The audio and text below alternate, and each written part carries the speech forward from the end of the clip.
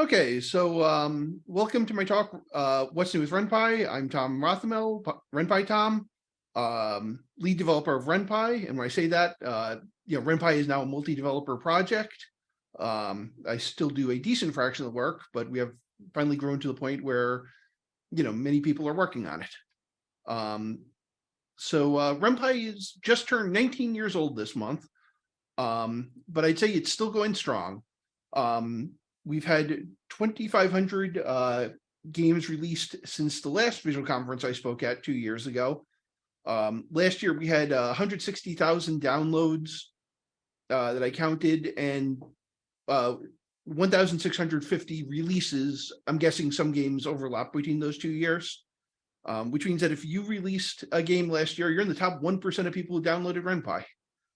So congratulations. All these games are ones that released, I believe, since September and released on itch and had some filters applied to them.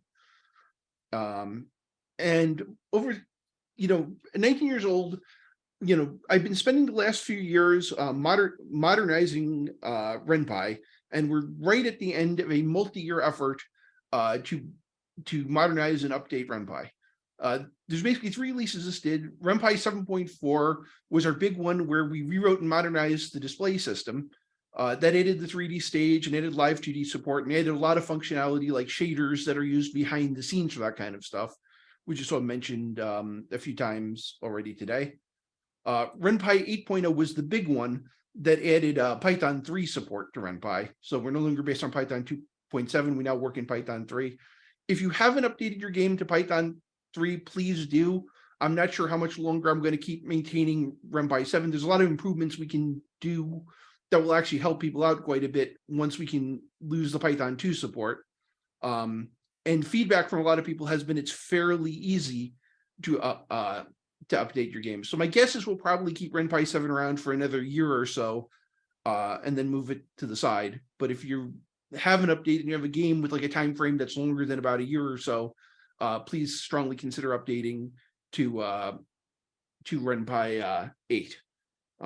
It's like I say, the feedback is that it's a bit easier. People have found it fairly easy, but Ren'Py 7 is available for people who have a release in the next year or so and don't want to update their game before then. Then Ren'Py 8.1, which is what we're working on now, finishes this modernization, and there's lots of different ways in which this has happened. First off, the big thing is that Ren'Py 8 didn't support Python 3 on the web platform.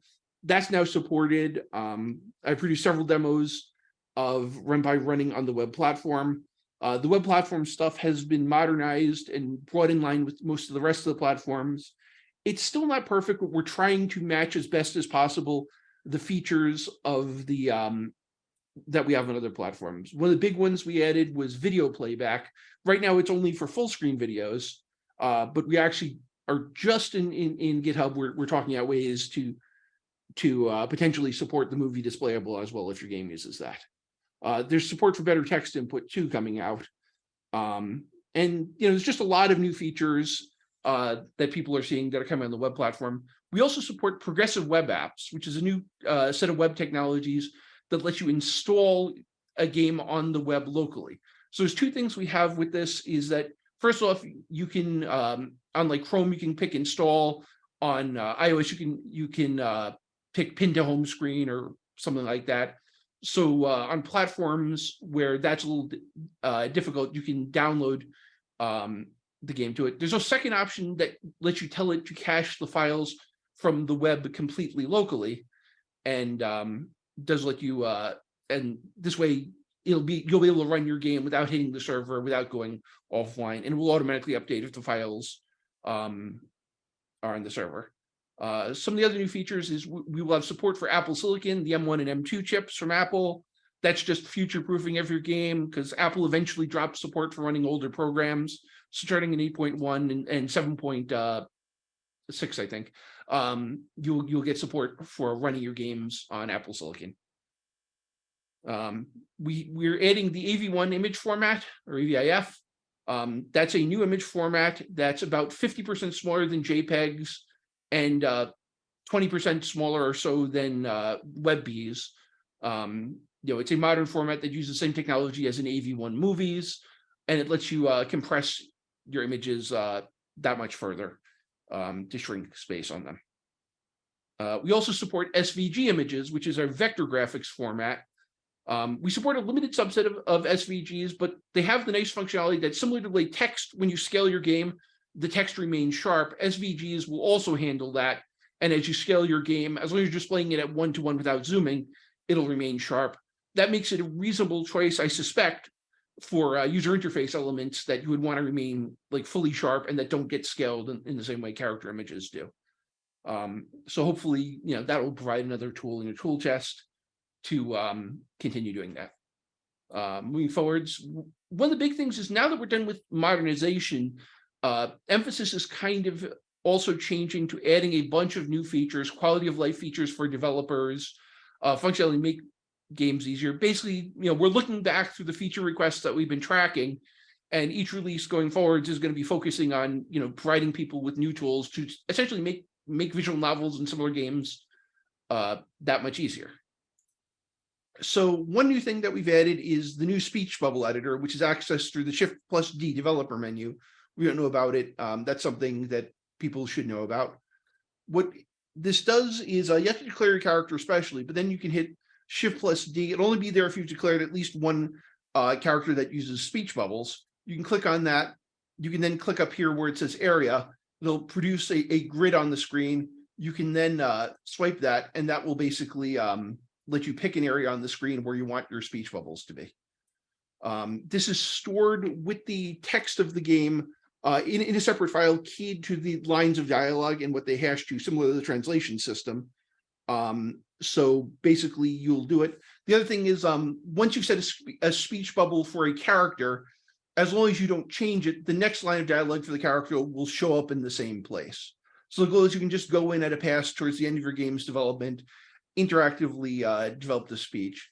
And if we have any artists there that want to contribute to Ren'Py, if somebody could make me a decent set of speech bubbles, I'd love something better than programmer art to ship with Ren'Py. So if you're looking for a way to contribute to Ren'Py, this would be if somebody can send me some stuff, like email it to me or contact me on GitHub or Discord or something, and I'd be happy to put something decent into Ren'Py. Just let me know in advance so that I'm not wasting people's time. Moving forward past this, there's a new feature. Let me just hide the speech bubble editor. There's a new feature here called Attach Layers and Layers Displayables. That basically lets you make Ren'Py layers, which are groups of images that are shown using the show commands and so on. Those can then get packaged up in their own little displayable, which can then have transforms applied to them and basically take the entire layer and then process that further as a displayable. So this is, in fact, this image on the bottom here is actually a layered image, and then there's a second layered layer that's inside that layer image that we're then using the show statement and ATL and so on to animate like this. And we're in fact even using the screen statement to go ahead and show dialogue using the standard say statement here. And that was a contribution by Mal. Persistent viewer, which Governor added. I get to it again with Shift+D. Persistent viewer is just a way to help debug your game. It lets you view the persistent variables. I've run this game apparently 27 times in developing these sprites. And so each time it's updating it, it just shows you what data is sitting in your persistent file, which can make debugging your game that much easier. Let me get out of here. Another new thing is what are called ren.py files, which are essentially a way of embedding Ren'Py syntax inside Python syntax. So if you have a game with a lot of Python code, and not every Ren'Py game requires a lot of Python code, but some do, this lets you use a text editor that is optimized for editing Python to work inside to edit your code, your script with. And the reason for doing this is because Visual Studio Code's Python editing mode is just, we have a very good Ren'Py editing mode, but the Visual Studio Code Pylance, which is their Python editing mode, is just way better.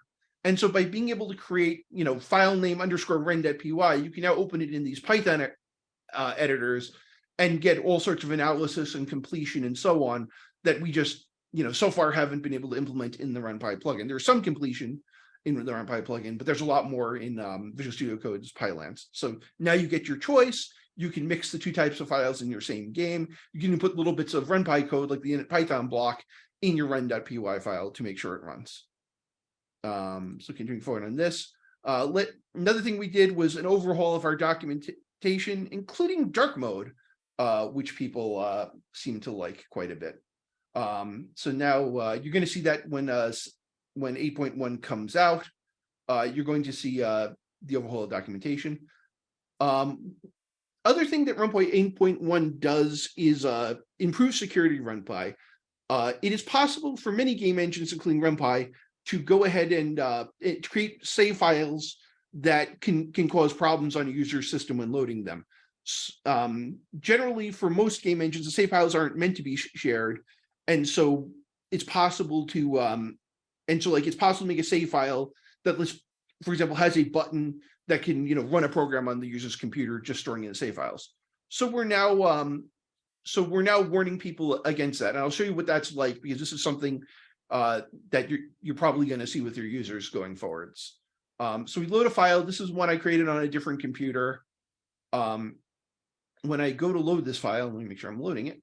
I click, it says lose unsaved progress. Yeah, that's normal. It will then tell you the save was created on a different computer, and will warn you that a save file that somebody made, it wants to make sure that you trust the person you got it from. Will say yes. It then asks you, do you trust the device it was created on? That's when you're moving files between your own computers. You can say yes, and if you say yes to this, then that will essentially save the information that's used in this and make sure that you will not have to ask this question again for those save files. As a game developer, you can also load a key in, so you can have trusted save files produced by the game developer. Like, we've had some people that want to have cheats and things like that to to create a save file that just has everything unlocked or things like that. So you can just put your key inside the games you make, and that will let you share those save files. And this save security now lets us enable our one more thing for this year's visual conference, and that's Ren'Py Sync, which is our new save synchronization system. So what this lets us do now is I can make a save here, and what I'll do is I'll click the new upload sync button. They'll say, we'll upload the saves to the Ren'Py sync server. Do you want to continue? Yes, we do. And that'll produce a sync ID, which is normally random, but I've kind of fixed it here, so it's one that I remember. It will tell us the sync will expire in an hour. It'll mention that our sponsors pay for the servers that this runs on this. And then we can continue. Now, when I go to load a game, let's say I'll just delete out my my save file. I can click download sync. I'll type in the code that it gave me, and it just downloaded those syncs from my web server and put it on your system.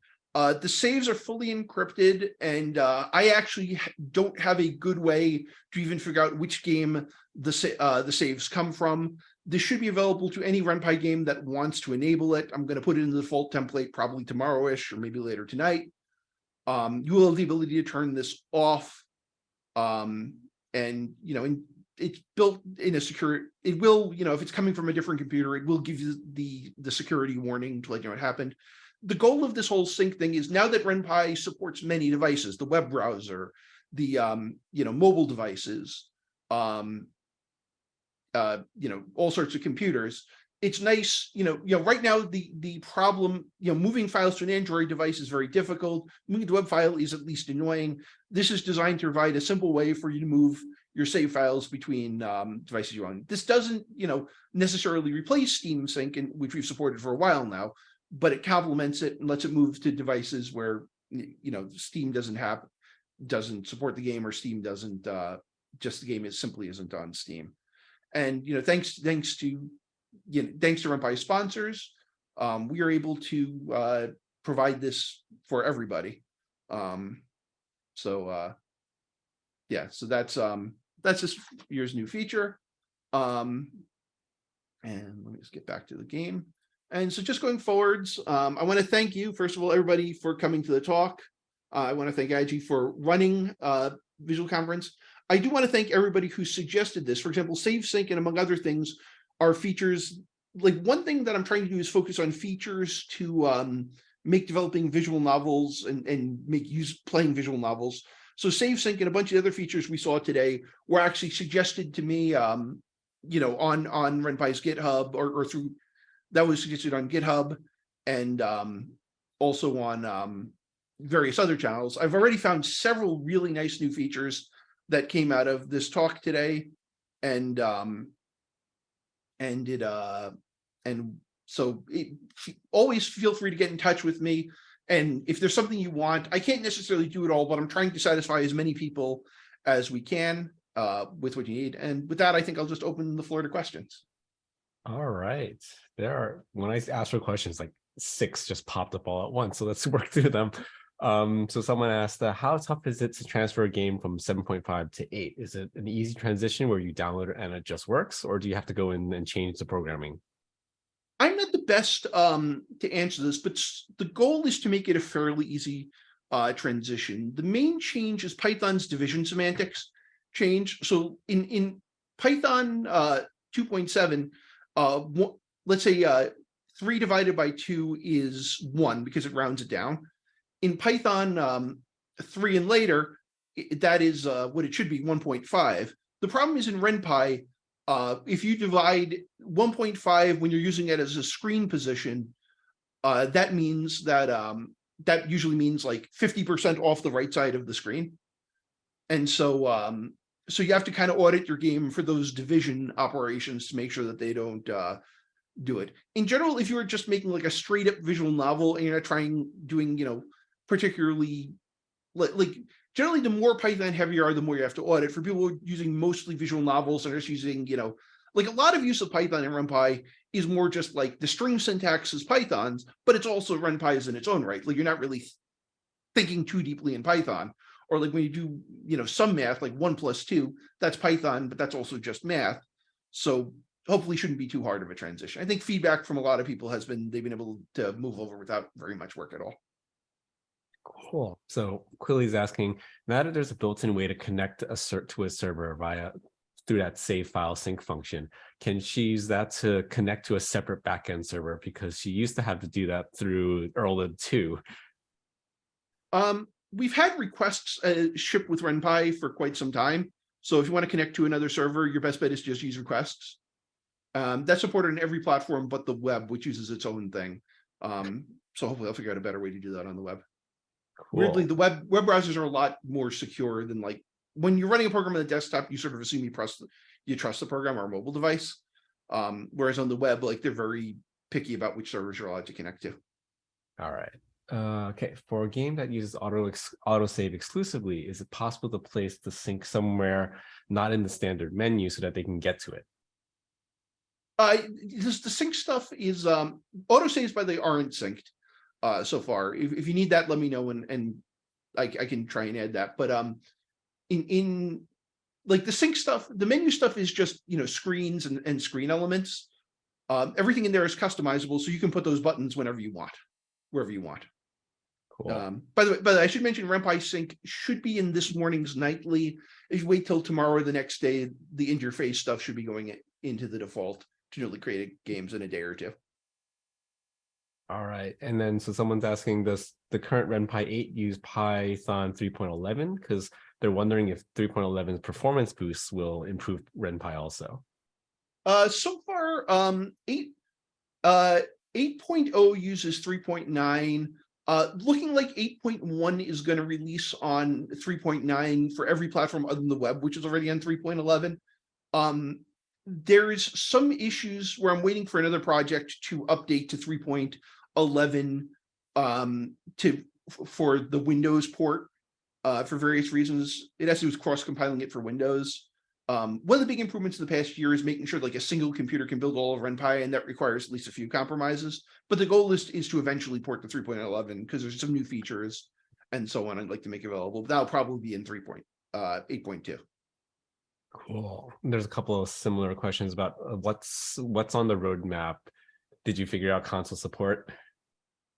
Console support, the main issue is just like consoles update every few years. They require, business relationships with your different big companies. And that's just, proving to be that's a lot. I am thinking about some things, but right now, we are farming that out to or there are other Rattle Like a Games is doing their console port. And so, mostly I like focusing on the permissionless platforms where just anybody can pick up Ren'Py. Like work I do to do console support doesn't help people who, just want to pick it up and make their first game. So, it's eventually maybe, but it's not my focus. And I'm not sure how much I want to put a lot of work into something that'll be obsolete in 5 years. Okay, and then the last question on here is, sorry if I missed this, but when is 8.1 expected to come out? That's a hard question. I'm guessing we're probably between a month and 2 months away, but it's deadlines are really hard. Like it's very hard to predict when software comes out because somebody could find a bug that takes a week for me to fix.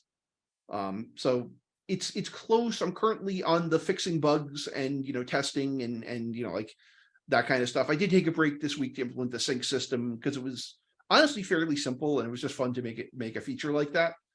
But my guess is probably my hope is maybe to get in the next month or so the pre-releases out and then we'll see how they go. Cool. So unless there's a last question here, thank you so much for showing us all this new stuff. I know like the chat like exploded when you showed the bubble feature. Everyone's minds exploded. So that was good. And I'm also, if people, if people want to contribute, like there's a lot of skills that are in programming that are still useful, GUI design and user interface design. The default user interface hasn't been updated in a few years and the feature set has changed. So if people want to contribute to the project, we're always welcoming people and it's a good way to help the entire community. Yeah, like all of you guys are sitting on existing code. If you want to just donate little bits of it into, the documentation stuff, I'm sure that will be helpful. But of course, if you donate the new GUI, everyone's going to hate it after a year. So just realize that. That's how it goes. That's how it goes. Yeah, Sake is like donate anonymously. But otherwise, this is all the talks for